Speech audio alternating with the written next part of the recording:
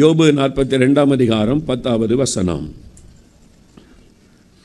யோபு தன் சிநேகிதருக்காக வேண்டுதல் செய்தபோது கர்த்தர் அவன் சிறையிருப்பை மாற்றினார். யோபுக்கு முன்னிருந்த எல்லாவற்றை பார்க்கிலும் இரண்டத்தனையாய் கர்த்தர் அவனுக்கு தந்தருளினார். 2 காரியங்களை வசனம் சொல்லுகிறது. ஒன்று, யோபின் சிறையிருப்பை கர்த்தர் மாற்றினார். 2வது, அவன் இழந்து போன எல்லாவற்றையும் இரண்டத்தனையாய் திரும்ப கொடுத்தார். இன்றைக்கு உங்களுக்கு இந்த ஆராதனைக்கு வந்திருக்கிற உங்களுக்கு இந்த 2 விதமான ஆசீர்வாதங்களை கர்த்தர் வைத்திருக்கிறார். சிலருடைய வாழ்க்கையில் சில சிறையிருப்புகள் இருக்கிறது. வியாதி என்கிற சிறையிருப்பு, கடன் பிரச்சனை என்கிற சிறையிருப்பு, ஒரு நிந்தை அவமானம் என்கிற சிறையிருப்பு, மனிதர்களால் அற்பமாக எண்ணப்பட்டு பரிகாசம் என்கிற சிறையிருப்பு, சில ஏமாற்றங்கள் என்கிற சிறையிருப்பு. இந்த மாதிரி சில சிறையிருப்புகளினாலே சோர்ந்து போய் கலங்கி வந்திருக்கிற அநேகர் இந்த இடத்தில் இருக்கிறீங்க. ஆவியானவர் சொல்லுகிறார், இன்றைக்கு உங்களுடைய சிறையிருப்பு மாறுகிற நாள். ஆண்டவர் அந்த சிறையிருப்பை மாற்றி 2 மடங்கு ஆசீர்வதிக்க போகிறாராம். சிலர் இழந்து போன நிலைமையில் வந்திருக்கிறீங்க. ஆவிக்குரிய வல்லமைகள், ஆவிக்குரிய கிருபைகள், ஆவிக்குரிய அபிஷேகம், ஆவிக்குரிய வரங்கள், முன்பு காணப்பட்டதை இழந்து போய் சோர்ந்து போய் நீங்கள் வந்திருக்கலாம். உங்களுடைய ஜெப வாழ்க்கை, உபவாச வாழ்க்கை, ஆண்டவருக்கென்று செய்த ஊழிய காரியத்தில் சோர்ந்து போய் இழந்து போய் வந்திருக்கலாம். இழந்து போனதை கர்த்தர் 2 மடங்காக திரும்ப தரப்போகிறார். சிலர் உங்களுடைய வேலையை இழந்து, சொத்துக்களை இழந்து, உங்களுடைய மதிப்பு மரியாதைகளை இழந்து, உங்களுடைய குடும்பத்தில் அல்லது ஊழியத்தில் வேலையில் நடந்த சில சம்பவங்களினால் பாதிக்கப்பட்ட உள்ளத்தோடு வந்திருக்கலாம். கர்த்தர் எந்த இடத்தில் நீங்கள் சிறுமை அனுபவிக்கிறீங்களோ, எந்த இடத்தில் இழப்பினால் அவமானப்பட்டு கொண்டிருக்கிறீங்களோ, அதே இடத்துல கர்த்தர் உங்களை 2 மடங்காய் ஆசீர்வாதத்தை மேன்மைப்படுத்த போகிறார். உங்களுடைய வியாபாரத்தில், வருமானத்தில், குடும்பத்தில் 2 மடங்கு ஆசீர்வாதம். யோபுக்கு ஆண்டவர் அப்படி கொடுத்தாராம். அந்த ஆசீர்வாதத்தை கொடுக்க காரணம் என்ன? இந்த யோபுடைய சரித்திரத்திலிருந்து சில காரியங்களை சுருக்கமாய் தியானித்து நாம் ஜெபிக்க போகிறோம். யோபு 1ஆம் அதிகாரத்தை நம்ம வாசிக்கும் போது, ஊத்ஸ் தேசத்திலே யோபு என்கிற அந்த மனிதன் இருந்தான். கிழக்கத்தை புத்திரர் எல்லாரிலும் அவன் பெரியவனாயிருந்தான் என்று வேதம் சொல்லுகிறது. ஆடுகள், மாடுகள், ஒட்டகங்கள், வேலைக்காரர்கள், வேலைக்காரிகள், பெரிய செல்வந்தனாக யோபு இருக்கிறார். அவருக்கு 10 பிள்ளைகள். அப்போ ஒரு 7 குமாரர், 3 குமாரத்திகள். ஒரு ஆசீர்வாதமும் குறைவில்லை. ஒரு பூரண ஆசீர்வாதத்தோடு, மதிப்பு மரியாதையோடு, ஒரு செல்வாக்கோடு வாழ்ந்த ஒரு மனிதர் யோபு. ஓமன் என்கிற ஒரு தேசம் இருக்கிறது. மஸ்கட் என்றால் நமக்கு தெரியாது. ஓமன் தேசத்தில் இருக்கிற ஒரு பட்டணம். நாங்கள் ஊழியத்துக்கு போயிருக்கும்போது சலாலான்னு ஒரு பட்டணம் இருக்குது. இந்த ஓமன் தேசத்தில் இன்னொரு பட்டணம் பேர் சலாலா.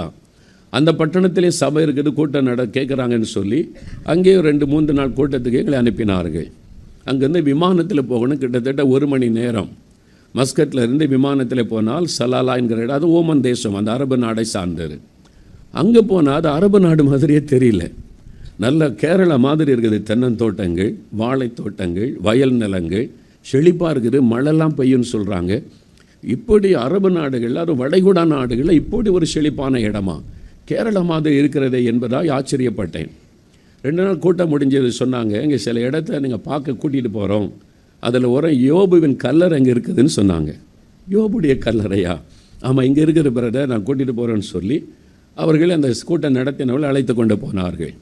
யோபுடைய கல்லறை அங்கே இருக்கிறது. அது இஸ்லாமியர்கள் பாதுகாத்து வர்றாங்க. அதை பார்க்க நிறைய பேர் வர்றாங்க. யோபுடைய காலத்தில் இருந்த ஊற்று தண்ணீர் இருந்த இடம் என்றும் அங்கே காண்பித்தார்கள்.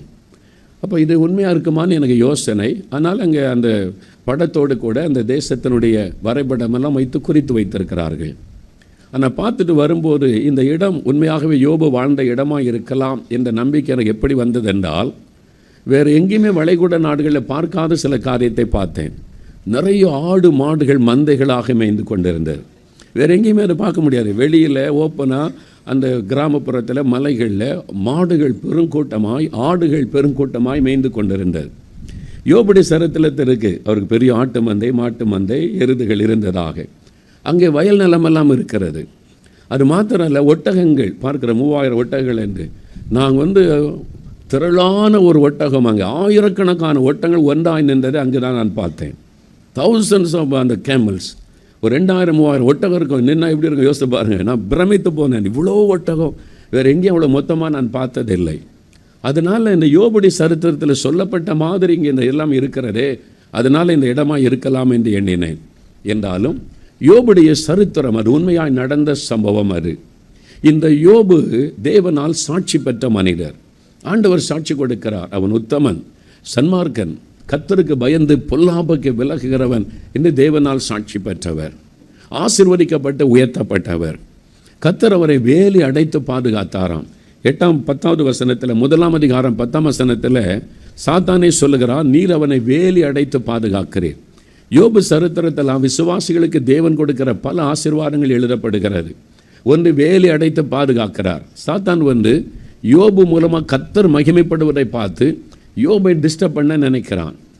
ஆனால் யோபை தொட முடியலை, யோபுடைய பிள்ளைகளை தொட முடியலை. சொத்துக்களையாவது கை வைக்கலாமா, நஷ்டம் உண்டாக்கலாமான்னு பார்த்தா தொட முடியலை. மிருக ஜீவன்களை ஏதாவது பண்ணலாமான்னு பார்த்தா அதையும் தொட முடியல. நிலங்களுக்குள்ளே நுழைஞ்சி நஷ்டத்தை உண்டாக்கலாமான்னு பார்த்தா தொட முடியல. ஏன்? கர்த்தர் வேலி வச்சிருக்கிறார். யோபுக்கு உண்டான எல்லாவற்றையும் சுற்றி கர்த்தர் வேலி வச்சதுனால சாத்தானால உள்ள நுழைய முடியல. நீங்கள் எப்போ ரட்சிக்கப்பட்டு இயேசுவின் ரத்தத்தினால் கழுவப்பட்டு தேவனுடைய பிள்ளைகள் ஆகிறீங்களோ, உங்களை சுற்றிலும் பரலோகம் ஒரு வேலி வைத்து விடுகிறாரு. அந்த வேலியை தாண்ட சாத்தானால முடியாது. அல்லேலூயா. உங்களையும் உங்கள் வீட்டையும் உங்களுடைய பிள்ளைகளையும் கர்த்தர் வேலி அடைத்து பாதுகாக்கிறார். நீங்கள் அதை விசுவாசியுங்கள். அந்த சத்தியத்தை இந்த யோபுடைய சரித்திரம் நமக்கு தெளிவுபடுத்துகிறாரு. அதனால் உங்களுடைய பிள்ளைகள் ஸ்கூலுக்கு போகிறாங்கன்னா கர்த்தருடைய பாதுகாப்போடு போகிறாங்க. அதை விசுவாசத்தை நீங்கள் அறிக்கையிட்டால் போதும், வேலி அடைத்து கர்த்தர் பாதுகாக்கிறார். உங்கள் வீட்டில் ஒரு பழைய ஓட்டை சைக்கிள் வெளியே கிடந்தால் கூட அதை கூட யாரும் தொட முடியாது. ஆண்டு சொல்லுது, என் பிள்ளைகளுக்குரியது, கர்த்தர் அதை கூட வேலி அடைத்து பாதுகாப்பார். அல்லேலூயா. அப்புறம் கையின் பிரயாசத்தை ஆசீர்வதித்தார். யோபு எதை எடுத்தாலும் ஆசீர்வாதம், பிளஸ்ஸிங். வயலில் விதைச்ச ஆசீர்வாதம், மாட்டு மந்தை பெருகுது, ஆடுகள் பெருகுகிறது, ஒட்டகம் பெருகுகிறது, பிளஸ்ஸிங், ஆசீர்வாதம். எதை எடுத்தாலும் தேசத்தில் அவனுடைய சம்பத்து பெருகிற்று, அவருடைய அடுத்த சொத்துக்கள் பெருகிற்று. எங்கே போனாலும் இந்த சொத்து யாருக்குங்க? யோபுக்குங்க. இந்த மலைப்பகுதி அது யோபுக்குங்க. இங்கே இவ்வளோ பெரிய தோட்டம் இருக்கிற அதெல்லாம் யோபுக்குங்க. என்னங்க எங்கே பார்த்தாலும் யோபுடைய சொத்தாக இருக்குது. கர்த்தர் பெருக பண்ணி இருக்கிறார், உங்களை பெருக பண்ணுவார். யோபுக்கு ஊரெல்லாம் நிலம் கொடுத்து ஆண்டவர் உங்களுக்கு ஒரு சொந்த வீடு தர மாட்டார். சென்னையில் இன்னும் எவ்வளோ நாள் வாடகை வீட்டில் இருக்க போகிறீங்க? நீங்கள் விசுவாசித்தா கர்த்தர் தருவார். அல்லேலூயா. சம்பத்துகள் பெருகிற்று. ஏழு சபைக்கும் அது மாதிரி சம்பத்துகள் பெருகும். புதிய இடம் ஆண்டவர் தருவார், அதை பெருக பண்ணுவார். ஏன்னா புது சபைகளின் வரணும், எல்லா ஏரியாவிலும் சர்ச்சஸ் வந்து ஆகணும். அதனால சென்னையில் இருக்கிற எல்லா போஸ்டல் பின்கோடுக்கும் ஒரு ஏலியம் சர்ச் வந்துடணும். மகிமையான எழுப்புதல் சபை. அல்லேலூயா சொல்லுங்க. எழுப்புதல் சர்ச் வரணும், இந்த எழுப்புதல் தரிசனத்தோடு. அப்போ சம்பத்து பெருகிற்று. இந்த ஆசீர்வாதத்தெல்லாம் இப்போ சாத்தானை சாட்சி சொல்கிறான். என்னால் அவனை ஒன்றும் பண்ண முடியல, நீர்பாட்டில் பெருக பண்ணி கொண்டே இருக்கிறீர். சாத்தான் சாட்சி கொடுக்கிறான் யோபுடைய ஆசீர்வாதத்தை குறித்து. இந்த சூழ்நிலையில் கர்த்தர் ஒரு சோதனையை அனுமதிக்கிறார். சாத்தான் வந்து யோபு மேலே கவனம் வச்சு கர்த்தரிடத்தில் வந்து பேசுகிறான். அவன் சொத்தெல்லாம் இழந்துட்டு அவன் மறுதளிச்சிருவான். இப்போ எல்லாம் நல்லா இருக்கிறனால தானே கர்த்தர் நல்லவர்னு துதிச்சு பாடிக்கிட்டு இருக்கிறான். இந்த ஏலிம் சர்ச்சில் வர எல்லாரும் கை வைத்து கர்த்தர் பெரியவர்னு பாடிக்கிட்டு இருக்காங்க. ஒரு கை வச்சு பார்க்கலாமா? சாத்தான் அங்கே போய் நிற்பான். இங்கே தொட முடியலன்னொடனே அவன் நேரம் எங்கே போவான்? வேலியை வச்சு ஆண்டவர்கிட்ட போய் நிற்பான். உங்களை சுற்றி வேலி வச்சுட்டார், ஒன்றும் தொட முடியல. சாத்தான் உடனே கர்த்தருடைய சமூகத்தில் போய் நின்று இந்த எழுப்புதல் சர்ச்சுக்கு ஏலிம் சபைக்கு வர்ற ஆட்கள் எல்லாம் உங்களை துதிச்சுக்கிட்டே இருக்காங்க. ஏன் தெரியுமா? எல்லாம் ஆசீர்வாதமாக வச்சுருக்கிறீரு. அதனால் கொஞ்சம் என்கிட்ட விட்டு பாரோம். இவங்கெல்லாம் ஓடி போயிடுவாங்க, சர்ச்சை விட்டு துதிக்கிறதெல்லாம் நிறுத்திடுவாங்க. ஆண்டவர் சவாலை ஏற்றுக்கொள். ஓகே, நான் சேலஞ்சை ஏற்றுக்கொள்கிறேன். கை வச்சு பார் என் பிள்ளைகளை. யோபு மேலே கை வச்சு பார். சொத்துக்களை மட்டும் தொடணும், அவனை தொடக்கூடாது. கர்த்தர் சாத்தானை சோதிக்க அனுமதித்தாலும் அவனுக்கு ஒரு எல்லை கோட்டை வகிக்கிறார். அதனால தான் திராணிக்கு மிஞ்சி சோதிக்க அவர் இடம் கொடுப்பதில்லை. அவன் இஷ்டத்துக்கு வந்து நம்மளை சோதிக்க முடியாது. கர்த்தர் ஒரு எல்லை கொடுப்பார். இந்த அளவு தான் நீ சோதிக்க முடியும், இந்த அளவு தான் என் பிள்ளைகளை நீ டச் பண்ண முடியும், அதுக்கு மேலே தொடக்கூடாது, அவன் மேலே கை போடக்கூடாது, சொத்துக்களை என்ன வேணாலும் பண்ணிக்க. கர்த்தர் ஒரு கொடுக்கிறார். இப்போ ஒரே நாளில் ஆடு போச்சு, மாடு போச்சு, ஒட்டகம் போச்சு, 10 பிள்ளைகளையும் இறந்துட்டாங்க. 10 பிள்ளைகளையும் இறந்துட்டாங்க. யோசித்து பாருங்கள். ஒரே நாளில் காலையில் செல்வசியமானாக இருந்த யோபு மாலையில் பிச்சைக்காரன் ஆகிட்டான். ஒன்றுமே இல்லை, எல்லாத்தையும் இழந்துட்டான், பிள்ளைகளையும் இழந்து போயிட்டான். யோசித்து பாருங்கள், எவ்வளோ கடினமான சூழ்நிலைக்குள்ளே ஆண்டவர் அவனை அனுமதிக்கிறார். சாத்தான் வந்து அந்த பெர்மிஷன் வாங்கிட்டு வந்து யோபுவை அப்படி அவன் நெருக்குகிறான் பாருங்கள். அப்படியே யோபு தலையை மொட்டை அடித்து கொண்டு சாம்பலில் உட்கார்ந்து அவனை பார்க்குறாரு. எல்லாத்தையும் இழந்துட்டார் பாருங்கள். 4 பேர் வேலை, நான் ஒருவன் மாத்திரம் தப்பி வந்தேன். ஒவ்வொருத்தராக அந்த செய்தியை கொண்டு வரான். ஒரே நாளில் ஒரு சகோதரி ஒரு முறை வந்தாங்க. ஐயா, கர்த்தர் யோபு மாதிரி என்ன சோதிக்கிறார் ஐயா, நீ நிறைய பேர் விட எனக்காக ஜெபம் பண்ணுங்க, சின்ன தலைவலி வந்தாலே யோபு மாதிரி சோதிக்கிறான்னு நம்ம சொல்கிறோம். அந்த அம்மா அப்படி வந்து கேட்ட உடனே நான் திருப்பி கேட்டேன், உங்கள் வீட்டில் 10 பிள்ளைகள் ஒரே நாளில் செத்துட்டாங்களா அப்படின்னு. அப்படிலாம் ஒன்றும் இல்லை, கர்த்தர் காத்துக்கிட்டாருன்னு. அப்போ ஒரு பிள்ளை கூட சாகலை, யோபு மாதிரி சோதிக்கிறான்னு எப்படி சொல்கிறீங்க? யோபுடைய சரித்திரத்தை பாருங்கள். செல்வ சீமானா இருந்த யோபு மாலையில் எல்லாத்தையும் இழந்து நிற்கிறார். ஊரே என்ன பேசியிருக்கோம், ஊர் முழுதும் என்ன பேசியிருப்பாங்க. இந்த யோபு பெரிய பரிசுத்தவான்லாம் நினச்சோம். ஒரு பாவிக்கு கூட இப்படி நடக்குமா? ஒரே நாளில் 10 பிள்ளை சாகுமா? ஒரே நாளில் சொத்தெல்லாம் போகுமா? ஒரே நாளில் காலையில் இருந்த நிலைமை வேறு, சாயங்காலம் வேறு. இவன் ஏதோ ரகசிய பாவம் பண்ணியிருக்கிறான். உலகத்தில் என்னென்னவோ பேசியிருப்பாங்க, வீடுகளில் வெளியிலலாம் என்னென்னவோ சொல்லியிருப்பாங்க. அவ்வளவு நிந்தை நெருக்கம் வேறு யோபுக்கு. யோபு பரிகாசம் பண்ணப்படுகிறான். நீதிமானாகிய யோபு சாம்பலில் உட்கார்ந்துருக்கிறான். இப்போ ஒரு பக்கம் கர்த்தர், இன்னொரு பக்கம் சாத்தான். 2 பேரும் யோபு கவனித்து பார்க்குறாங்க, யாருக்கு வெற்றி? சாத்தான் சவால் விட்டான், கர்த்தர் சவாலை ஏற்றுக்கொண்டார். யாருக்கு வெற்றி? இது எதில் இருக்கிற? யோபுடைய வாயிலிருந்து வரக்கூடிய வார்த்தையில் தான் வெற்றி தோல்வியே இருக்குது. யோபுடைய வாயிலிருந்து என்ன வார்த்தை வருதோ அதை வச்சு தான் கர்த்தர் ஜெயிக்கிறாரா சாத்தான் ஜெயிக்கிறானா அந்த காரியம் இருக்குது. 2 பேரும் கவனமாக பார்க்குறாங்க யோபை. ஒரு பக்கம் பரலோகத்தின் தேவன் தூதர்கள் பார்க்குறாங்க, இன்னொரு பக்கம் சாத்தான் தன்னுடைய சேனையோடு பார்க்குறான். நம்ம பரீட்சையில் நான் 2 மார்க்கில் போயிட்டாலே என்ன ஜோமன் என்னதை கண்டேன், என்ன ஜபம் என்ன துதி, கர்த்தரை நம்பி பிரயோஜனம் இல்லை. உடனே இந்த சொந்த கேட்ட உடனே யார் சந்தோஷப்படுவா? சாத்தான் கை கொட்டி சிரிப்பான். யாருக்கு அவமானம்? நம்ம அதை நினைக்கிறதே இல்லை. அநேக விசுவாசிகள் நம்ம முறுமுறுக்கும் ஒரு குறை சொல்லும் ஒரு ஆண்டவரை அவமானப்படுத்துகிறோம். சாத்தானுக்கு கொண்டாட்டம். ஆனால் யோபு, எல்லாரும் யோபை கவனித்து பார்க்குறான். ஒரு பக்கம் பரலோகம், இன்னொரு பக்கம் சாத்தானின் கோட்டம். யோபு சொல்லுகிறார், கர்த்தர் கொடுத்தார், கர்த்தர் எடுத்தார், கர்த்தருடைய நாமத்திற்கு ஸ்தோத்திரம். சொன்ன உடனே பரலோகமே ஆர்ப்பரித்து கொதித்திருக்கிறது. சாத்தான் வெட்கப்பட்டு தலை கொண்டு ஆண்டவர் சொன்னார், நான் சொன்ன பார்த்தியா, அவன் என்னுடைய தாசன், எதை இழந்தாலும் என்னை மறுதலிக்க மாட்டான். இந்த மகிமையான எழுப்புதல் ஜபாலயத்தில் வர்றவங்கெல்லாம் ஏன் பிள்ளைங்க, என்ன நேசிக்கிறவங்க. நான் ரத்தம் சிந்தினதுனால என் பிள்ளைகள் என்ன நேசிக்கிறாங்க. எதை இழந்தாலும் எனக்கு முறுமுறுக்க மாட்டாங்க, தோல்வி அடைந்தாலும் முறுமுறுக்க மாட்டாங்க, என்ன நெருக்க வந்தாலும் முறுமுறுக்க மாட்டாங்கன்னு கர்த்தர் சாட்சி சொல்லணும். அந்த மாதிரி நம்ம இருக்கிறோமா? எத்தனை பேர் கேள்வி கேட்குறோம். முறுமுறுக்கு போல இன்னொன்று, செத்துட்டா பரவாயில்லன்னு தோணுது. அது என்னது? அதுவும் அதுதான். செத்துட்டா பரவாயில்ல, ஆண்டவர் எடுத்துக்கிட்டா பரவாயில்லன்னா அது ஆண்டவர் அவமானப்படுத்துறீங்க.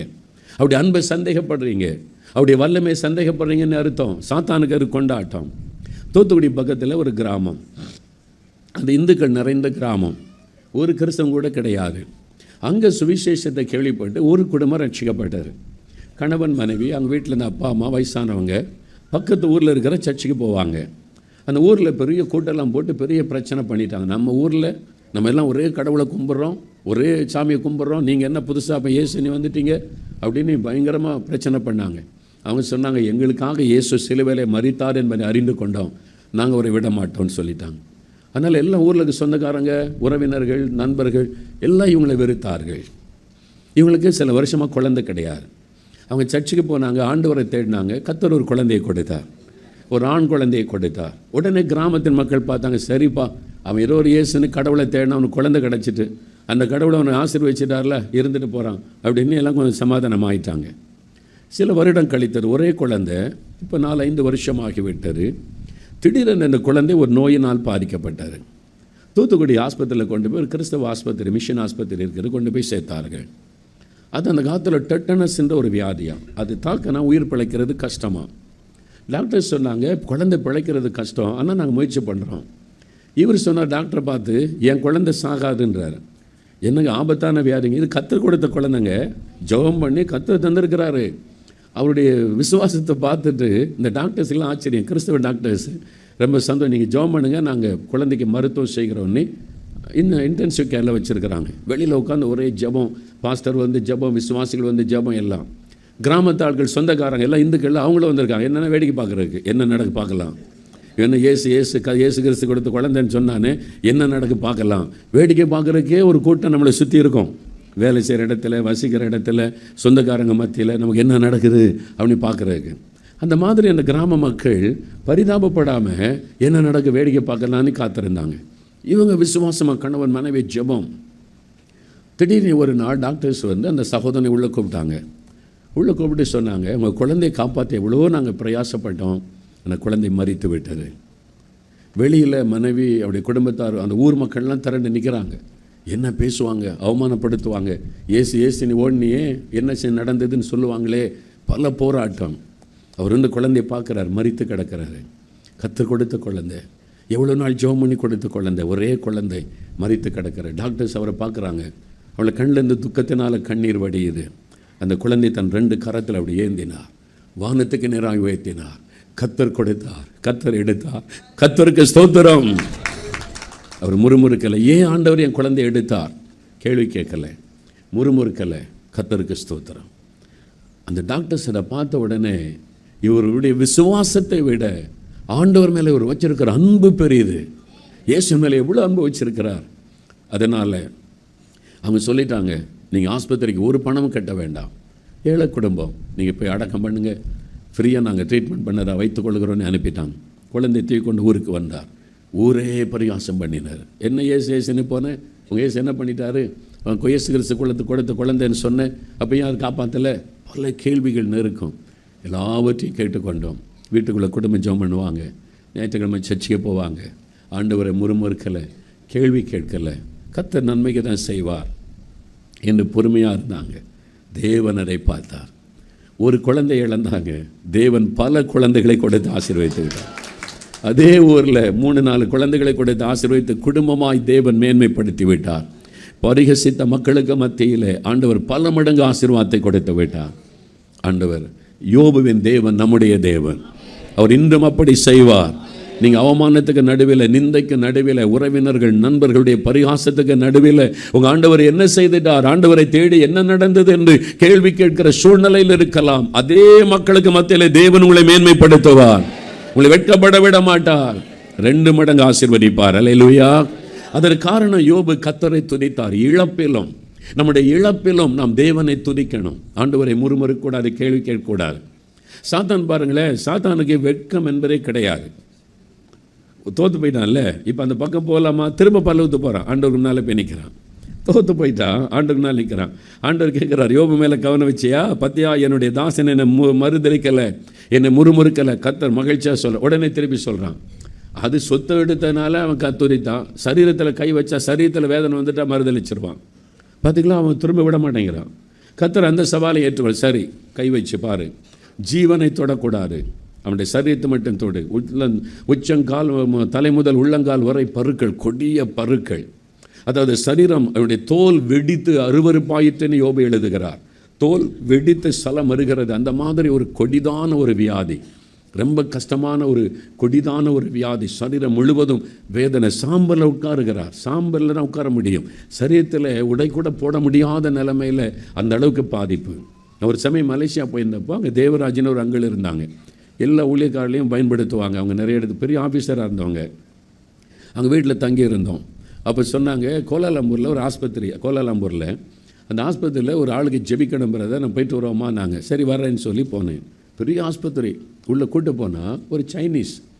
நான் அந்த ரூமில் போன உடனே அதிர்ந்து போயிட்டேன், பயந்துட்டேன். நான் ஒரு ஆள் இடுப்பில் மட்டும் ஒரு டவல் கட்டிக்கிட்டு ஒரு சைனீஸ் மேன் உட்காந்துருக்கிறார் படுக்கையில். தலையிலிருந்து கால் வரைக்கும் அப்படியே வெடித்து ரத்தமாக கசியுது. நான் அந்த மாதிரி ஒரு வியாதியஸ்தரை அதுக்கு முன்னால் பார்த்ததில்லை.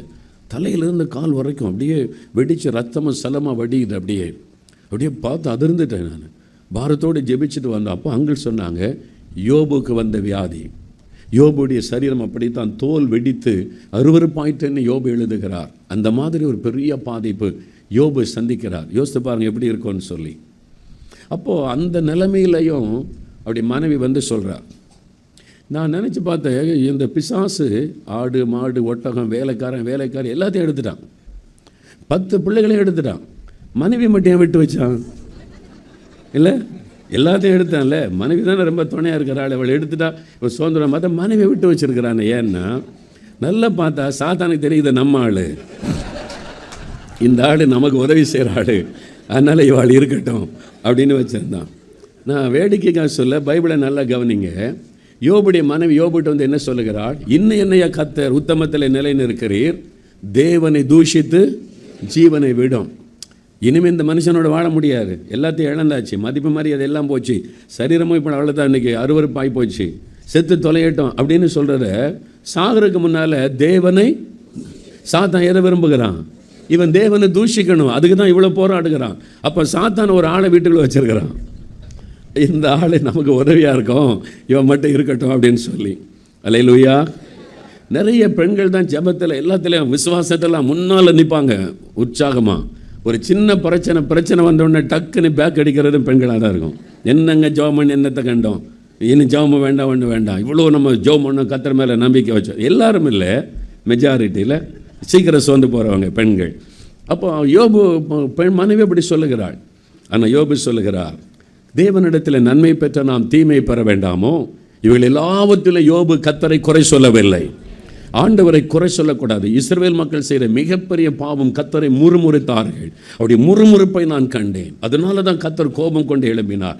முறுமுறுப்பு ஒரு பெரிய பாவம். தேவ பிள்ளைகள் ஆண்டவரை கேள்வி கேட்பது, முறுமுறுப்பது, ஏன் எனக்கு இப்படி நடக்கணும், ஏன் ஆண்டவரை இதை அனுமதித்தார், ஏன் எனக்கு இப்படி செய்தார், இந்த வார்த்தை நம்முடைய வாயில் வரக்கூடாது. அதெல்லாம் தேவனை அவமானப்படுத்துகிற வார்த்தை. செத்து போயிட்டா பரவாயில்ல, இது ஒரு ஆண்டவரை எடுத்துக்கொள்ளட்டுமே, இதெல்லாம் நம்ம சொல்லக்கூடாது. நம்முடைய வாயில் என்ன நடந்தாலும் கர்த்தருக்கு ஸ்தோத்திரம். அவர் எனக்காக ஜீவனையே கொடுத்த ஒரு ஆண்டவர் அல்லவா, அவர் எனக்கு நன்மைக்காகத்தானே எல்லாவற்றையும் செய்வார். அவர் ஒரு நாள் தவறு செய்கிற தேவன் அல்ல. எனக்கு வெற்றி கிடைத்தாலும் ஆண்டவருக்கு ஸ்தோத்திரம், தோல்வி கிடைத்தாலும் ஆண்டவருக்கு ஸ்தோத்திரம், லாபம் வந்தாலும் கர்த்தருக்கு ஸ்தோத்திரம், நஷ்டம் வந்தாலும் கர்த்தருக்கு ஸ்தோத்திரம், பிரச்சனை, போராட்டம், அவமானம், நிந்தை வந்தாலும் கர்த்தருக்கு ஸ்தோத்திரம். எல்லாவற்றிற்காக ஆண்டவரை துதிக்க பழகுங்க. முடிவு 2 மடங்கு ஆசீர்வாதம். எல்லாவற்றிற்காக ஆண்டவரை துதிங்க. என்ன நடந்தாலும் ஆண்டவரை துதிங்க. எவ்வளவு நிந்தை வந்தாலும் ஆண்டவரை துதிங்க. சூழ்நிலை எப்படி இருந்தாலும் ஆண்டவரை துதிங்க. முடிவு 2 மடங்கு ஆசீர்வாதம். அப்போ முதலாவது யோபு எல்லா நிந்தை நெருக்கத்திலும் இழப்பிலும் கர்த்தரை துதித்தார். இரண்டாவது யாக்கோபு 5ஆம் அதிகாரம் 11ஆம் வசனம். ஒருத்தர் வாசிங்க பார்க்கலாம். யாக்கோபு 5:11.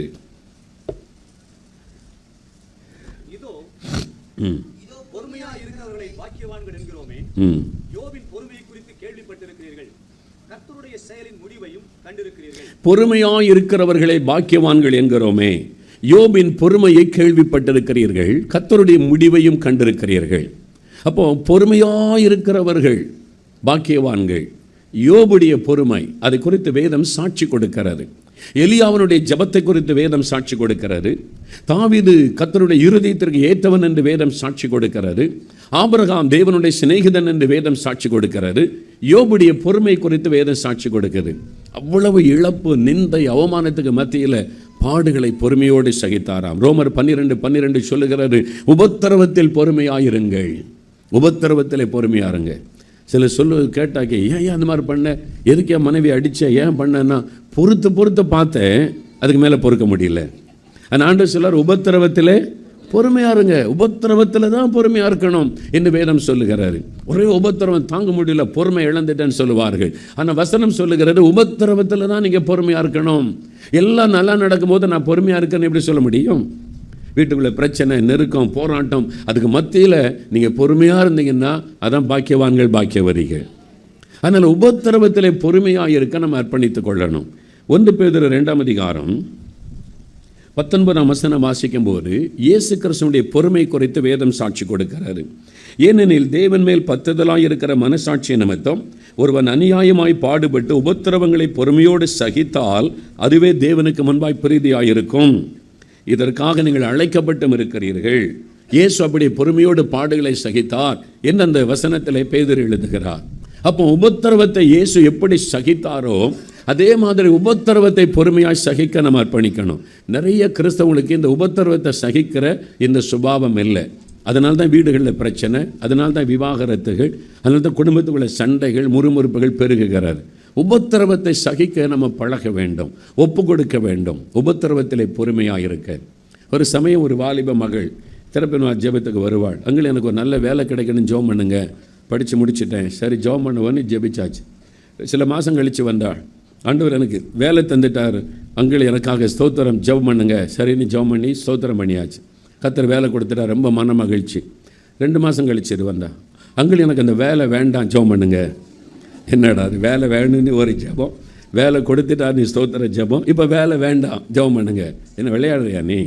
வேலை வேணும்னு ஒரு ஜெபம், இப்போ வேண்டான்னு ஒரு ஜெபமா? என்ன பிரச்சனை அதை சொல்லி என்கிட்டன்னு. இந்த மாதிரி நல்ல வேலை தான் அது, எனக்கு நான் கடினமாக உழைக்கிறேன், ஜெபம் பண்ணிட்டு போய் வேலை செய்கிறேன். அவங்க இந்த மேலே அதிகாரி, எனக்கு மேலே இருக்கிற அதிகாரி, அவங்களுக்கு என்ன பிடிக்கலை, முறுமுறுக்கிறாங்க, கடினமாக வேலை வாங்குறாங்க. சரி, வேலை நம்ம பொறுப்பு, நம்ம கடினமாக செய்யலான்னு உழைக்கிறேன். ஆனால் வேலை செஞ்சாலும் எல்லாருக்கும் மத்தியில் என்னை அவமானப்படுத்துகிறாங்க. எல்லோரும் என்னை மற்றவங்க பார்த்து பரிகாசம் பண்ணக்கூடிய அளவுக்கு என்னை அவமானப்படுத்துகிறாங்க. நான் ஒரு ஆண்டவருடைய பிள்ளையாக இருக்கிறனால என்னை கேவலமாக நடத்துகிறாங்க. எனக்கு இருக்க முடியல அங்கே எனக்கு வேண்டாம் அந்த வேலை அப்படின்றா.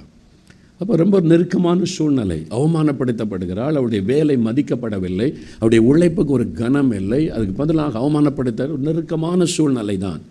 அப்போ நான் அவர்கிட்ட சொன்ன, மகளே, இயேசுவை நினைத்துக்கொள். இயேசு வாரினால் அடிபடுகிறார், முகத்தில் துப்பப்படுகிறார், அவமானப்படுத்தப்படுகிறார். இதை தான் இயேசு கற்றுக் கொடுத்தார். அவர் பாடுகளை சகித்ததை போல நம்ம சகிக்க வேண்டும் என்று கற்றுக் கொடுத்திருக்கிறார். இங்கே பாடுன்னு நீ வேறு இடத்துக்கு போனால் அங்கே இன்னொரு விதமான பாடுகள் இருக்கும். பாடு இல்லாத இடம் உலகத்தில் கிடையாது. சில சொல்லுவாங்க, வீட்டை விட்டு ஓடிடலாமா நீ தோணுது. எங்கே ஓடுவீங்க? வீட்டில் ஒரே மனைவி தொல்லை, பிள்ளைகள் தொல்லை, பிரச்சனை, பிரதர், ஓடிடலாம் நீ தோணுது. ஆண்கள் தான் இந்த மாதிரி நிறைய பேர் சொல்லுவாங்க. எங்கே ஓடுவீங்க? எங்கே ஓடினாலும் பிரச்சனை இருக்கும். சில பெண்களும் சொல்லுவாங்க, இந்த குடும்பத்தில் இவரோட வாழவே முடியாது, எங்காவது அனாதை விடுதிக்காமல் போயிடலான்னு. அனாதை விடுதி போனால் பிரச்சனை தீர்ந்துருமா? அங்கேயும் பிரச்சனை. பிரச்சனை இல்லாத இடம் கிடையாது.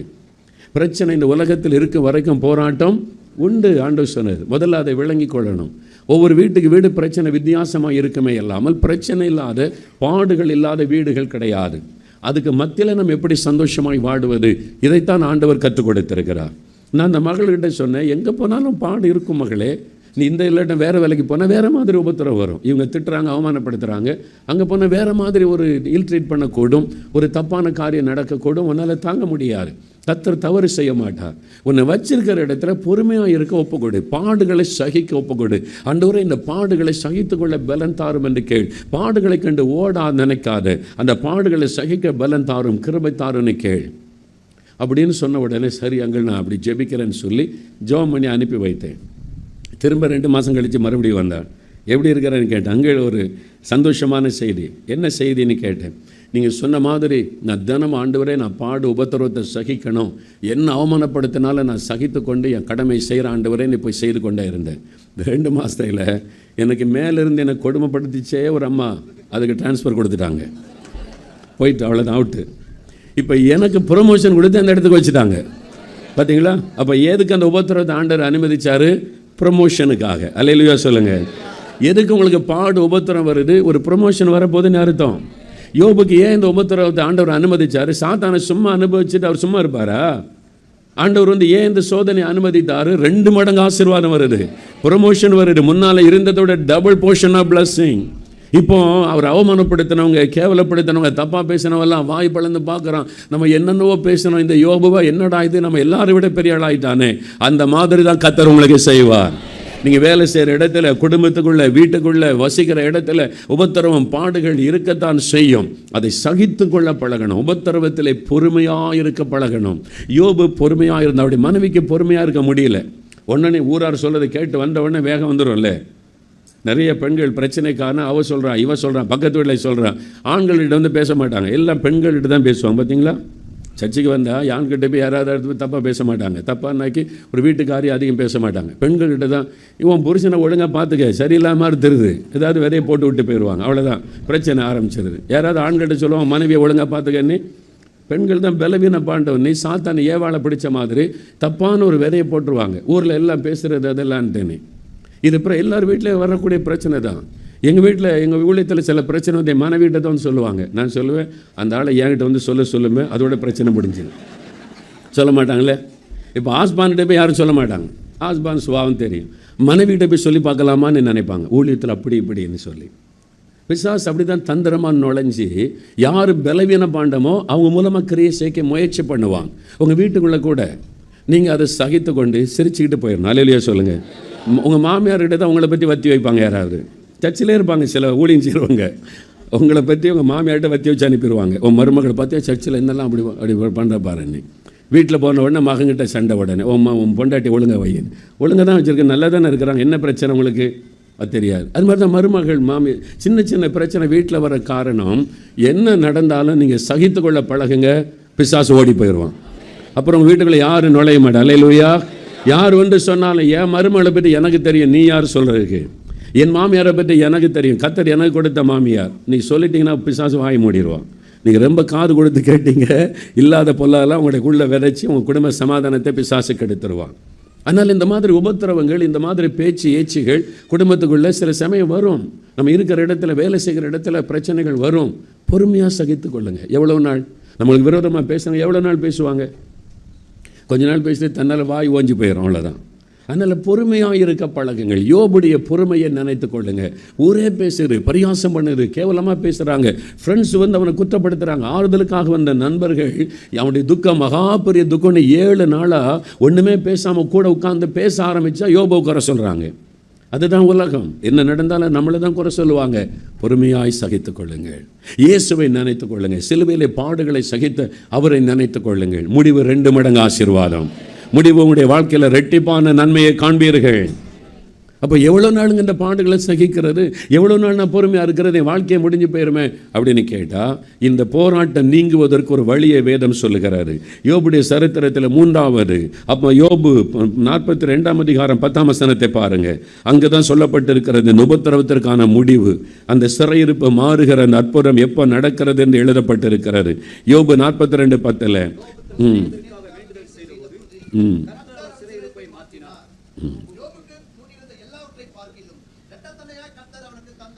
யோபு தன் சிநேகிதருக்காக வேண்டுதல் செய்த போது கர்த்தர் அவன் சிறையிருப்பை மாற்றினார், 2 தனையாய் ஆசீர்வதித்தார். எப்போ அந்த பிரச்சனைக்கு முடிவு வருகிறது? எவ்வளவு காலம் பொறுமையாக இருப்பது? என்றைக்கு என் குடும்பத்தில் இருக்கிற இந்த நெருக்கம் நீங்கும்? என்றைக்கு என் வேலையில் இருக்கிற இந்த பிரச்சனை மாறும்? என்றைக்கு இந்த சூழ்நிலையினால் வரக்கூடிய உபத்திரவங்கள் நீங்கும்? எவ்வளவு நாள் நான் பொறுமையாக சகித்துக் கொண்டிருப்பது? ஆண்டவருடைய வார்த்தை சொல்லுகிறது, யோபு தன் சிநேகிதருக்காக ஜெபிக்கும் வரைக்கும், யோபு சிநேகிதருக்காக ஜெபித்த உடனே சிறையிருப்பு மாறுகிறது, 2 மடங்கு ஆசீர்வாதம். உங்களுக்கு ஆண்டவராய்த்தான் சொல்லுகிறார், என் மகனே, என் மகளே, நீ மற்றவர்களுக்காக ஜெபிக்கும் போது உன் சிறையிருப்பு மாறிவிடும். நீ 2 மடங்கு ஆசீர்வாதத்தை காண்பாய். அல்லேலூயா. யார் இந்த சிநேகிதர்கள்? யோபுவை குற்றப்படுத்தினவர்கள், யோபுவை வேதனைப்படுத்தினவர்கள். அவங்க பேச்சை கேட்டு ஆண்டவர் துக்கமடைந்து கோபமடைந்து சொல்லுகிறார், யோபுவே, உன் சிநேகிதர் மேல எனக்கு கோபம் வருகிறது. தேவனை கோபப்படுத்தினவர்கள், தேவனை துக்கப்படுத்தினவர்கள், ஆண்டவருக்கு வேதனை கொடுத்தவர்கள். இப்ப ஆண்டவர் சொல்லுகிறார், என் தாசனாகிய யோபு உங்களுக்காக வேண்டுதல் செய்வான், அப்பொழுது உங்களுக்கு இறங்குவேன் என்று யோபு கிட்ட வந்து சொல்லப்படுகிறது. நீங்கள் அந்த என்ன சொல்லியிருப்பீங்க? ஆமா, நானே பிரச்சனையில் இருக்கேன், நான் எங்க மற்றவங்களுக்கு ஜெபிக்கிறது? என் வீட்டில் இந்த பிரச்சனை தீர மாட்டேங்குது, நான் இப்படி பக்கத்து வீட்டாருக்க ஜெபிக்கிறது? நானே சிறையிருப்பில் வியாதியில் உட்கார்ந்துக்கிட்டு இருக்கிறேன், நான் இப்படி மற்றவங்களுக்காக ஜெபிக்கிறது? முதல் ஆண்டவர் ஏன் சிறையிருப்பை மாற்றட்டும், அப்புறம் உங்களுக்காக ஜெபிக்கிறேன்னு யோபு சொல்லவில்லை. அவர் சிறையிருப்பில் இருக்கும் போதே, பாதிப்பில் இருக்கும் போதே யோபு தன் சிநேகிதருக்காக ஜெபிக்கிறார், மன்னித்து ஜெபிக்கிறார். ஆண்டவர் அவளுக்கு மனம் இறங்கும்படி ஜெபிக்கிறார், அவர் மேல இருக்கிற தேவ கோபம் விலகும்படி ஜெபிக்கிறார். அப்பொழுது கர்த்தர் யோபின் சிறையிருப்பை மாற்றி 2 மடங்கு ஆசீர்வாதம் கொடுக்கிறார். இந்த சென்னை பட்டணத்தில் அவருடைய கண்களை ஏறெடுத்து பாருங்க, எத்தனை பேர் தேவனை விக்கிரக ஆராதனைனால, விபச்சாரத்தினால, வேசித்தனத்தினால, மந்திரவாதத்தினால தேவனை துக்கப்படுத்தி கொண்டிருக்கிறார்கள். பாவத்தினால, சாபத்தினால தேவனை காயப்படுத்தி கொண்டிருக்கிறார்கள். தேவனை கோபப்படுத்தி கொண்டிருக்கிற மக்கள் தான் பட்டணத்தில் அதிகம். வாலிபர்கள், இளம்பிள்ளைகள் மதுபானம், விபச்சாரம், வேசித்தனம், பாவத்தினால தேவனை துக்கப்படுத்துகிறார்கள். தேவன் பார்க்கிறார், இவங்க மேல எனக்கு கோபம் வருகிறது. இந்த மக்கள் பாவத்தில் அழிந்து கொண்டிருக்கிறாங்களே, அவங்க இவ்வளவு துணிகரமா பாவம் செய்றாங்களே, இவங்க மேல எனக்கு கோபம் வருகிறது. அப்ப ஆண்டவர் நம்மை நோக்கி பார்க்கிறார். யாராவது யோபு மாதிரி ஜெபம் பண்ணுவாங்களா? அந்த மக்களை மன்னிக்கும்படி, இறங்கும்படி ஜெபிப்பாங்களான்னு தேடுகிறார். நீங்க இந்த பட்டணத்தில் இருக்கிற அந்த மக்களுக்காக ஜெபித்தால் உங்கள் சிறையிருப்பும் மாறும், அவர்களும் ரட்சிக்கப்படுவார்கள். உங்கள் சிறையிருப்பை மாற்றி 2 மடங்கு ஆசீர்வாதமும் வரும். நீங்கள் யாருக்காக ஜெபிக்கிறீர்கள் அவர்களும் ரட்சிக்கப்படுவார்கள். விக்கிரக ஆராதனையில் இருந்து ரட்சிக்கப்படுவாங்க, குடி பழக்கத்திலிருந்து ரட்சிக்கப்படுவாங்க, விபச்சார வேசித்தனத்திலிருந்து ரட்சிக்கப்படுவார்கள். உங்களுடைய கண்களை ஏறெடுத்து பாருங்கள். நீங்கள் வருகிற போகிற இடத்துல எத்தனை ஆயிரமான மக்களை நீங்கள் இந்த சென்னை பட்டணத்தில் பார்க்கிறீர்கள். எத்தனை மதுபான கடைகளை பார்க்கிறீங்க. இந்த பட்டணத்தில் எங்கே கியூ அதிகமாய் நிற்கிறது தெரியுமா? நீங்க பிரயாணப்படும் போது கொஞ்சம் பார்த்து கொண்டே போங்க. எங்கே கியூ அதிகமாய் நிற்கிறதோ அங்கே மதுபான கடை என்று எழுதி வைக்கப்பட்டிருக்கிறது. காலையிலே போய் குடிகாரர்கள் அங்கே கியூவில் நிற்கிறார்கள். எத்தனை குடும்பங்கள் பாழாகி கொண்டிருக்கிறது, எத்தனை வாலிபர்கள் பாழாகி கொண்டிருக்கிறார்கள். தேவன் அதை பார்த்து கோபம் உள்ளவராயிருக்கிறார். ஐயோ, இந்த அரசாங்கமே ஜனங்களை குடிக்க வைத்து வியாபாரத்திற்காக, பணத்துக்காக குடும்பங்களை பாழாக்குகிறது என்று ஆண்டவருடைய உள்ளம் துக்கமடைந்து நோக்கி கொண்டிருக்கிறது. அப்பொழுது யார் ஜெபம் பண்ணுவார்கள் என்று ஆண்டவர் தேடுகிறார். உங்களை தான் அதற்காக தெரிந்து கொண்டார். நீங்கள் எழுப்புதலுக்காக தெரிந்து கொண்ட சபையில் நீங்கள் இருக்கிறீர்கள். எழுப்புதல் தரிசனம் உள்ள சபையிலே கர்த்தர் உங்களை வைத்திருக்கிறார். நீங்கள் ஜெபிக்கிறவர்களாக, திறப்பிலே நிற்கிறவர்களாக இருக்க வேண்டும் என்றுதான் ஆண்டவர் இந்த சபை சபையிலே கொண்டு வந்து உங்களை நாட்டி வைத்திருக்கிறார். நீங்கள் ஜெபிக்காவிட்டால் யார் ஜெபிப்பார்கள்? நீங்கள் அழுது புலம்பாவிட்டால் யார் அழுது புலம்புவார்கள்? இந்த பட்டணத்துக்காக, இந்த ஆத்துமாக்களுக்காக திறப்பில் நின்று மன்றாடத்தான் உங்களை இந்த சபையிலே கர்த்தர் வைத்திருக்கிறார். நீங்க அவங்களுக்காக ஜெபிச்சா உங்க சிறையிருப்பை கர்த்தர் மாத்திடுவார். உங்கள் குடும்பத்தில், உங்களுடைய பிஸ்னஸில், உங்களுடைய வேலையில் என்ன சிறைப்பு, வியாதி, கடன், போராட்டம், எந்த சிறையிருப்புனாலும் கர்த்தர் மாற்றிடுவார். 2 மடங்கு ஆசீர்வதிப்பார். உங்களுடைய வருமானம் 2 மடங்கு பெருகும். குடும்பம் 2 மடங்கு ஆசீர்வாதத்தை காணும். நீங்கள் ஆசீர்வாதமாக இருப்பீங்க. யோபுடைய சிறையிருப்பை மாற்றி கர்த்தர் ஆசீர்வதித்தா உபத்திரவத்தில் பொறுமையாக இருங்க. எல்லாவற்றிலும் கர்த்தரை ஸ்தோத்திரம் பண்ணுங்க. மற்றவர்களுக்கு ஜெபம் பண்ணுங்க. 1 தீமோத்தேயு 2 அதிகாரம் நான் பிரதானமாய் சொல்லுகிற புத்தி என்னவென்றால், எல்லா மனிதருக்காக ஜெபங்களையும் விண்ணப்பங்களையும் வேண்டுதல்களையும் ஸ்தோத்திரங்களையும் பண்ணுங்கள். எல்லா பக்தியோடும் நல் ஒழுக்கத்தோடும். பட்டணத்தில் நல் ஒழுக்கம் தேசத்தில் காணப்படணுமா? சமாதானம் காணப்படணுமா? அதிகாரத்தில் உள்ளவங்களுக்காக ஜெபம் பண்ணுங்க. ஆளுகிறவர்களுக்காக ஜெபம் பண்ணுங்கள் என்ற வசனத்தில் ஆண்டவர் எழுதி கொடுத்திருக்கிறார். நாம் ஜெபிக்க வேண்டிய அளவு ஜெபிக்காததனால், நாம் ஜெபிக்க வேண்டிய காரியத்துக்கு ஜெபிக்காததனால் பட்டணம் பாழாகி கொண்டிருக்கிறது, தேசம் பாழாகி கொண்டிருக்கிறது. நாம் ஜெபிக்க வேண்டும் என்று கர்த்தர் எதிர்பார்த்த யோபுவே, நீ ஜெபம் பண்ணினால் அவர்களுக்கு நான் இறங்குவேன். என் தாசனாகிய யோபு ஜெபம் பண்ணுவான் என்று கர்த்தர் சொல்லுகிறார். உங்களை பார்த்து சொல்லுகிறார், இந்த ஏழையும் எழுப்புதல் சபைக்கு வருகிற என் பிள்ளைகள் ஜெபம் பண்ணுவார்கள், நான் இந்த பட்டணத்துக்கு இரக்கம் செய்வேன் என்று காத்திருக்கிறார். நீங்கள் தினமும் ஜெபிக்கிறீங்களா? தினமும் இந்த பட்டணத்துக்காக திறப்பில் நிற்கிறீங்களா? நீங்கள் தினமும் இந்த பட்டணத்துக்காக ஆண்டவரிடத்தில் அழுது புலம்பி ஜெபிக்கிறீங்களா? தேசத்தில் செய்யப்படுகிற அருவருப்புகளை பார்த்து அழுது புலம்புகளுடைய நெற்றியிலே அடையாளம் போடு இந்த எசேக்கியேல் புஸ்தகத்தில் ஆண்டவர் சொல்லி இருக்கிற வார்த்தைகளை நம்ம வாசிக்கிறோம். யார் இந்த பட்டணத்தில் இருக்கிற பாவத்தை பார்த்து அழுது புலம்பி ஜெபிக்கிறாங்களோ அவங்க நெத்தியில் அடையாளம் போடு, அவங்க தான் பாதுகாக்கப்படுவார்கள் என்று ஆண்டவர் சொல்லுகிறார். எசேக்கியேல் 9 அதிகாரத்திலே வாசிக்கிறோம். அதனால திறப்பில் நின்று பட்டணத்துக்காக அழுது புலம்புகிறவர்கள் நம்ம எல்லாரும் எழுந்து நிற்போம். தெய்வ சமூகத்தில் எழுந்து நிற்போம். யோபுவை போல நம்முடைய வாழ்க்கையை அர்ப்பணித்துக் கொண்டால், யோபுவை போல ஆண்டவர் சிறையிருப்பை மாற்றி ஆசீர்வதிப்பார். எல்லாரும் எழுந்து நிற்போம். ஒரு நிமிடம் அப்படியே கண்களை மூடி கர்த்தருக்கு முன்னாலே யோபுடைய வாழ்க்கையை கண் முன்னால நிறுத்தி பாருங்கள். எல்லா இழப்பிலும் அவமானத்திலும் யோபு சொல்லுகிறார், கர்த்தர் கொடுத்தார், கர்த்தர் எடுத்தார், கர்த்தருக்கு ஸ்தோத்திரம். ஆண்டவரை முறுமுறுக்கவில்லை, கேள்வி கேட்கவில்லை, ஏன் இப்படி நடந்தது என்று சொல்லிக் கூட கேட்கவில்லை. என் கர்த்தர் தவறு செய்ய மாட்டார். என் வாழ்க்கையில் என்ன நடந்தாலும் கர்த்தருக்கு ஸ்தோத்திரம். எப்பொழுதும் துதிக்க பழகுங்க. நீங்க ஆண்டவரை முறுமுறுத்தது உண்டல்லவா? என் மகளே, நீ முறுமுறுத்து என்னை கேள்வி கேட்டது உண்டல்லவா?